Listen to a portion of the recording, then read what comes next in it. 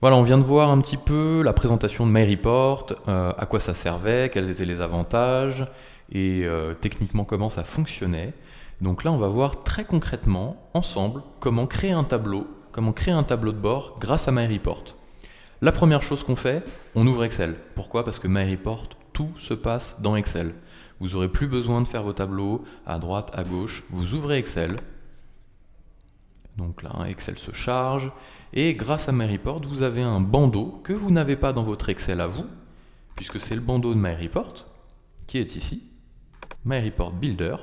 Donc celui-ci, vous ne l'avez pas dans votre Excel à vous. Moi, je l'ai car j'ai installé MyReport. Donc je me positionne mon curseur là où je veux que mon tableau commence, et je lance le Builder, donc le Builder qui sert à construire un tableau, comme son nom l'indique en anglais. On fait appel au verbe irrégulier, to build, voilà, je construis, hop. Donc là, la première chose que je fais lorsque je me connecte à MyReport, c'est de rentrer un login et un mot de passe. Pourquoi? Parce qu'il y a une gestion de droit dans MyReport, en fonction des profils, vous n'aurez pas accès à toutes les informations du logiciel. Donc moi, je suis en administrateur, j'ai accès à tout. Hop, je me connecte. Il est en train de charger les données de mes logiciels. Donc rappelez-vous le petit schéma. Je charge les données que j'ai mis dans MyReport, donc les données de mes logiciels de gestion. La première chose que j'ai à gauche, je commence toujours de gauche à droite, dans cette fenêtre, c'est cette fenêtre qui va me permettre de créer mes tableaux. Je sélectionne un dossier, où est-ce que je vais aller piocher? Dans mes données de compta, dans mes données de gestion commerciale. Donc moi je vais aller piocher dans mes données de gestion commerciale, et automatiquement il me dit, mes données de gestion commerciale, il y a mes achats, mes affaires, mes stocks, mes ventes. Et moi je vais faire un tableau, je vais analyser mes ventes par exemple, par commercial. Mon tableau de bord, c'est l'analyse de mon chiffre d'affaires par commercial, savoir un petit peu la performance de mes commerciaux. Et donc là, j'ai tous les champs à gauche qui sont dans mon logiciel. Donc j'ai mes tiers, donc c'est mes clients, où je vais avoir le libellé des tiers. J'ai mes articles, donc ça c'est ce que je vends, ce sont mes produits, je vais avoir le libellé de mes produits. Voilà. J'ai toute ma base de données qui est à dispo ici à gauche, dans un coin, avec laquelle je vais pouvoir jouer, grâce à laquelle je vais pouvoir créer des tableaux. Et bien évidemment mes ventes avec mon chiffre d'affaires. Donc là c'est assez simple. Si je veux faire mon tableau avec mes commerciaux et leur chiffre d'affaires, il va falloir que je prenne quoi? Il va falloir que je prenne le champ commercial. Donc là je vais commencer par ça. Donc là ils l'ont appelé représentant eux. Je clique dessus et je vais prendre le nom de mon représentant et je vais le faire glisser tout simplement là où je veux qu'il soit.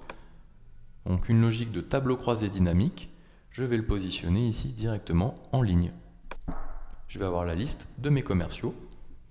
Et je veux quoi en phase 2? Je veux le chiffre d'affaires qu'ils ont fait. Donc là, je vais aller chercher dans mon onglet Vente, le chiffre d'affaires réalisé par mes représentants. Et là, je le mets en indicateur cette fois-ci, puisque je veux qu'il soit en face de chaque représentant.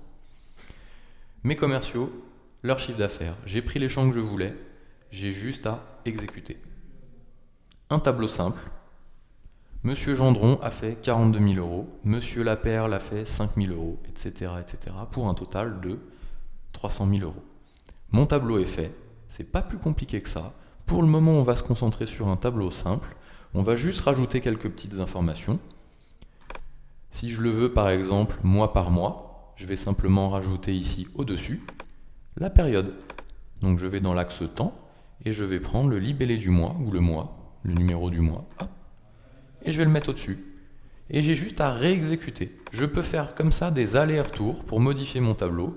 Et comme ça, non seulement j'ai mon chiffre d'affaires par commercial, mais en plus de ça, je l'ai mois par mois. Avec un total sur la ligne, un total sur la colonne et un total général. Voilà, un tableau simple que j'ai fait. Ce tableau, je l'enregistre dans mon répertoire, dans mes dossiers. Donc là, moi, je vais le mettre sur le bureau, par exemple. Hop. Ordinateur, bureau, voilà. Je l'appelle CA par représentant par mois. J'enregistre. Pardon. On imagine qu'un mois s'est écoulé. De nouvelles données ont été saisies dans mon logiciel de facturation qui me permettent d'avoir mon chiffre d'affaires. Je réouvre MyReport. Je réouvre mon tableau Excel.